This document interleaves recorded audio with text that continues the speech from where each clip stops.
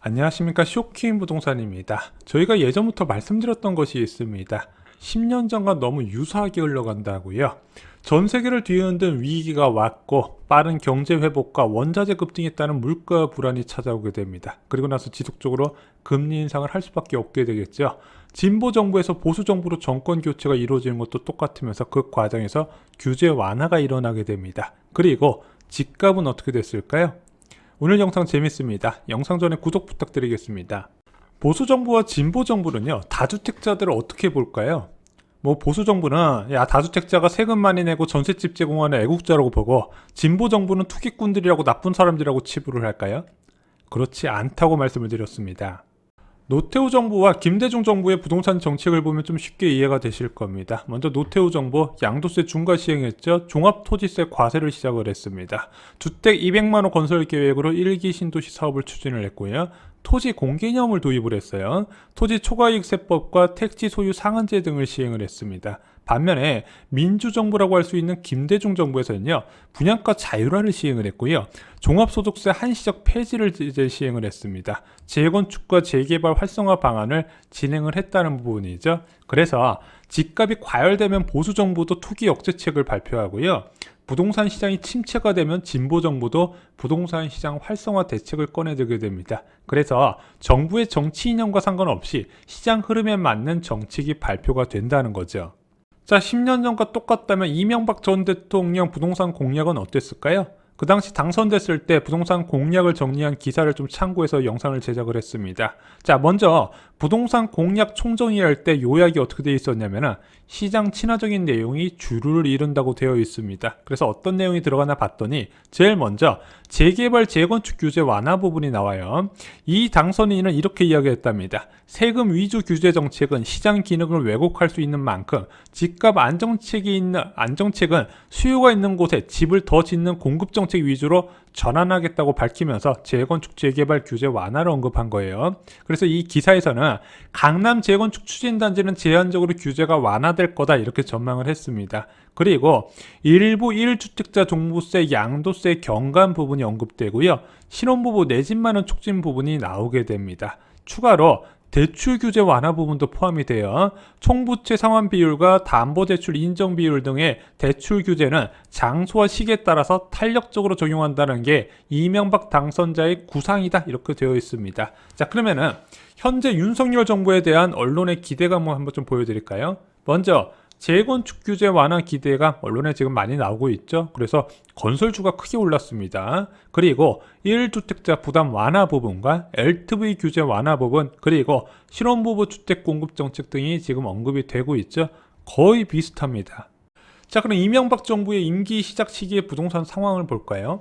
임기 초에 주택가격이 좀 올라가는 흐름이 보이는데 이게 다 올라가는 게 아니라 강북구, 노원구, 도봉구 같은 중저가 아파트 있는 지역이 상승을 하고 오히려 강남 아파트는 약세가 지속되는 모습이 나타납니다. 양극화 현상이 일어나요. 왜 그랬을까요? 자, 이명박 대통령이 당선되고 나서 서울 뉴타운이 다시 활성화될 거라는 기대감이 커졌어요. 3차 뉴타운까지 지정됐었는데 4차 뉴타운도 추진이 될 것이다. 그러면서 어떤 이야기가 나왔냐? 노원, 도봉, 강북구가 1년 6개월 만에 1억이 올랐다. 새 정부의 적극적인 재개발 추진에 수혜를 받았다 이렇게 표현을 한 거예요. 그리고 18대 국회의원 총선에서 각 후보들이 뉴타운 공약을 남발하면서 이제 뉴타운 지역의 가격 급등세가 굉장히 심하게 나타나죠. 결과적으로 4차 뉴타운은 지정이 안 됐고요. 이때 들어간 사람들 다 큰 손해봤어요. 자, 윤석열 당선인의 부동산 공약 가장 큰 수혜 지역 저희가 여러 차례 말씀드렸죠. 1기 신도시를 비롯한 초기 재건축 단지 작년에 바짝 올랐었던 노도강 지역도 대거 포함이 되겠네요. 그래서 30년 이상 된 아파트들의 이거에 대해서 수혜를 받을 것이다 이런 기대감에 지금 호가가 빠르게 올라가고 있습니다. 다만 그때와 다른 점이 있어서 여러분들이 좀 주의를 하셔야 돼요. 왜냐면은 이명박 대통령이 당선되고 나서 주택가격이 오른 지역은요, 그동안 상승세에서 소외됐던 지역입니다. 그래서 그렇게 소외됐던 지역이 갑자기 호재가 몰리니까 주택가격이 올라왔단 거예요.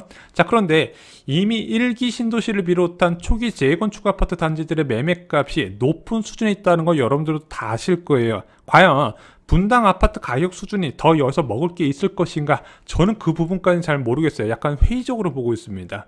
또 하나는 지속적으로 지금은 금리가 높아지는 시기라는 거예요. 자, 아까 이명박 정부의 부동산 가격 흐름 보면요, 고가 아파트하고 중저가 아파트하고 다른 흐름이 나타나죠. 높은 금리의 고가 아파트가 지속적인 약세를 이끌었다는 건데, 지금 금리가 예상보다 많이 올라갈 거는 전망이 있다는 부분이죠. 자, 또한 정말 과열이 나타난다면요, 윤석열 정부에서 재건축 활성화 속도 조절에 나설 수밖에 없어요. 왜? 괜히 규제 섣불리 풀었다가 집값 상승에 대한 오명 뒤집었으면 그것만큼 국정 동력 상실할 만한 일도 없거든요. 그래서 오세훈 서울시장도 당선되고 나서 취임 초에는요, 몸살았어요. 속도 조절 드러났다는 부분입니다. 그래서 이런 정비 사업장의 규제 완화는요, 기본적으로 투기 억제책이 나오고 나서 시행할 수 있는 거예요. 자, 그럼 아무 일 없이 그냥 넘어갈까요? 저도 잘 모르겠습니다. 오늘 그거와 관련된 질문이 굉장히 많이 왔는데, 저는 앞으로 한 달이 정말 중요하다고 봅니다. 일단은 적은 거래량이라도 올라간 호가를 받아주는 사람이 있다면 분위기는 달라질 수밖에 없겠죠. 근데 이게 저는 길게 가기는 어려울 거라고 봐요. 왜냐면은 이명박 정부에서도 상승세 그렇게 오래 가지는 않았잖아요. 왜냐면 이번에 5월달과 7월달 기준금리 연속된 인상이 굉장히 유력한 상황입니다. 지금은 물가 불안 상황이고요, 원자재 가격 급등 상황이에요. 금리가 많이 올라갈 수밖에 없는 요소고, 지금은 대출이 너무 많은 상황이고, 이미 금리가 많이 올라간 상황에서 추가적인 금리 상승은 많은 시장 참여자들이 부담스러워할 수밖에 없다는 겁니다. 자, 그러면은 이명박 정부 시기에 부동산 가격이 어떻게 됐지, 그리고 정책이 어떻게 변했는지 한번 살펴보겠습니다.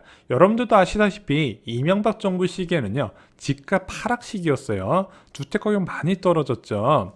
그래서 이명박 정부에서는요, 약세 시기에 맞게 점진적으로 규제 완화를 진행했습니다. 의외로 공약대로 막 초반부터 규제 다 풀어 제끼고 이런 게 아니라 서서히 풀어 나갔다는 거예요. 언제? 주택가격이 하락할 때마다. 그래서 한번 상세하게 살펴보겠습니다. 이걸 보시면은 윤석열 정부에서 어떻게 움직일지도 예상이 가능하실 겁니다.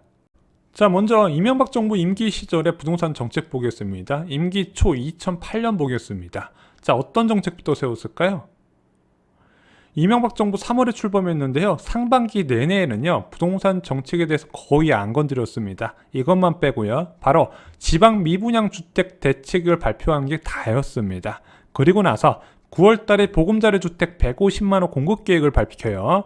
이거 외에는 부동산 정책에 대해서 따로 건든 게 없습니다. 그러면은 이명박 정부에서 첫 규제를 대폭 완화했던 시기는 언제다? 11월 달입니다. 서브프라임 모기 사태로 주택가격이 크게 조정받았을 때 규제를 풀었다는 거예요. 그래서 재건축 규제 완화, 소형 편형 의무 비율을 줄여줬고요, 용적률 법적 상한을 300%까지 허용시켜줍니다. 또한 강남 상구의 투기 지역 및 투기 과열 지구를 전부 다 해제시켜줘요. 그래서 제가 계속 말씀드렸던 게, 재건축 규제 완화는요, 주택가격이 하락할 때 가능하지 상승할 때 풀기는 굉장히 어렵다 말씀을 드렸어요.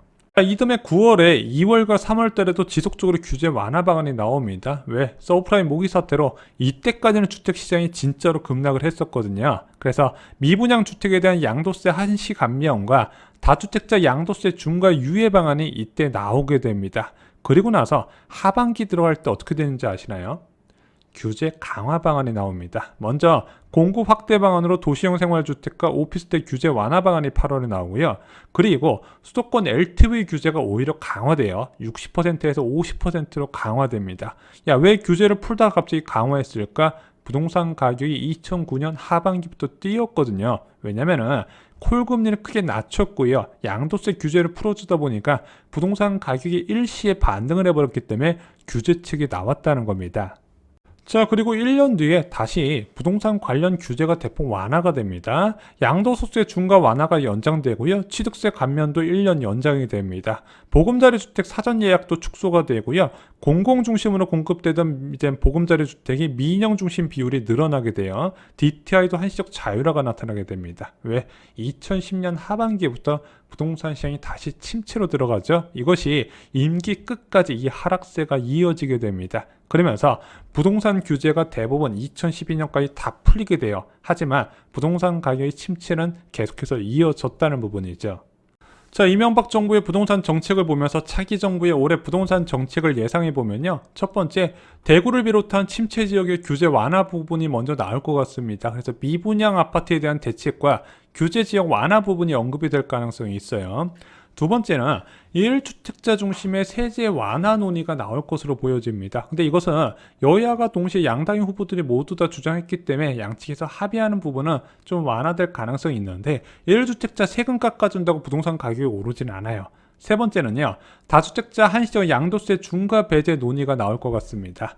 이제 이재명 후보는 1년을 주장했었고 배제 기간을, 그리고 지금 윤석열 당선인은 2년을 주장했었거든요. 그 사이에서 어느 정도 합의안이 나올 것으로 보여집니다. 저는 개인적으로 1년 정도가 적용된다 그러면 내년 부동산 시장 하락의 또 하나의 변수가 될 것으로 보여집니다. 악재예요.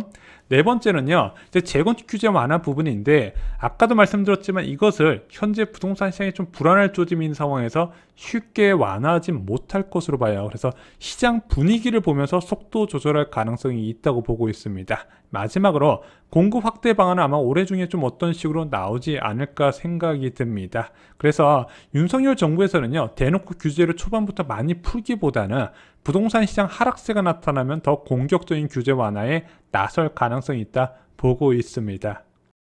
참고로 이명박 정부는 엄청난 공급 정책을 세웠습니다. 바로 보금자리 주택 공급 사업이죠. 무려 150만 원 규모로 공급을 했습니다. 자, 이 정책이 독특했던 거는요, 공공 중심의 분양 정책이었어요. 그래서 신속한 공급이 가능합니다. 왜 이게 가능하냐면요, 공공 중심이 돼서 분양이 되면은요, 그냥 토지 보상하면서 설계하고 사업 계획 추진할 수 있거든요. 그러면 토지만 확보되면은 토목공사하고 바로 신축 건물을 올릴 수 있다는 부분이죠. 게다가 이 보금자리 주택 사업은요, 선호도 높은 형태로 공급이 됐어요. 서울 인접, 중형 면적 중심, 많은 물량을 제대로 쏟아 부었다는 부분이죠. 그래서 이 80만 호의 임대주택도요, 지금처럼 뭐 원룸 1.5를 미는 거 공급 안 하고요, 59제곱미터하고 84제곱미터까지 공급을 했다는 부분이죠. 마지막으로 진짜 분양가가 저렴했어요. 자, 이 세 가지가 딱 맞아 떨어지니까 부동산 시장 하락세에 적지 않은 영향을 줬다는 부분이죠. 왜? 6개월마다 계속해서 후보지를 발표하고 이거는 뭐 3억에 분양하니 4억에 분양하니 그러다 보니까 부동산 시장 매수 심리가 뚝 끊기고 전부 다 분양수로 몰렸는데, 이게 시간이 지나가다 보니까 이 보금자리 주택도 미분양이 났어요. 자, 과연 윤석열 당선인은 어떤 공급 정책을 세울지 그 부분도 좀 유심 있게 살펴보겠습니다. 부동산 시장이 내년부터 하락한다 말씀드렸습니다. 악재가 다 몰려 있는데 여기서 양도세 중과 배제 부분까지 내년까지 적용된다면 더 크게 하락할 수 있다는 부분이죠. 지금은 여러분들이 대비를 하셔야 됩니다. 현금을 좀 많이 갖고 계셔야 되고요. 쇼킹 부동산 아파트 교과서의 내용은 기본적으로 알고 계셔야 됩니다. 지금은 책 한 권이 인생을 바꾼다는 거 잊지 마시기 바랍니다. 이상으로 영상 마치겠습니다. 좋아요, 구독, 공유 꼭 부탁드립니다. 감사합니다.